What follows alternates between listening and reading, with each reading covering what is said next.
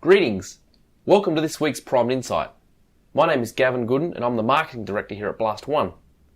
We've noticed recently on visiting customers' job sites that after a compressor service person has come through the plant, the pressure is often wound back to 90-95 psi, which is an optimal pressure for jackhammers and lots of standard air-powered equipment, but not for sandblasting.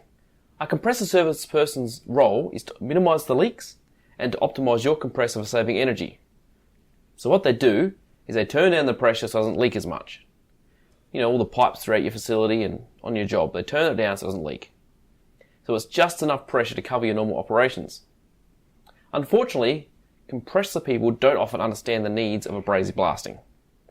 When you are abrasive blasting, the benchmark pressure is 100 psi at the nozzle. So when they try to save you $500 a month in energy savings by turning your compressor down, they're actually costing you a lot in production. What we need for abrasive blasting is the exact opposite. We want you to crank up your compressor to 130 or 140 psi and fix the leaks in your system. So then you can have 120 psi at your blast nozzle. On a safety note, you'll need to ensure that you don't set your compressor above the pressure rating of your blast equipment. But most blast equipment is rated for 150 psi. If you crank up your pressure and pay the extra $500 in energy costs a month, you'll get an extra $10,000 more profit from your abrasive blasting because of the increased productivity from the higher pressure. We hope this helps you when you have your next operational health check from the air compressor company.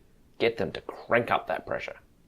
Additionally, if you're on a job site and you're renting a compressor, you'll often find that it's set at about 90 to 95 psi.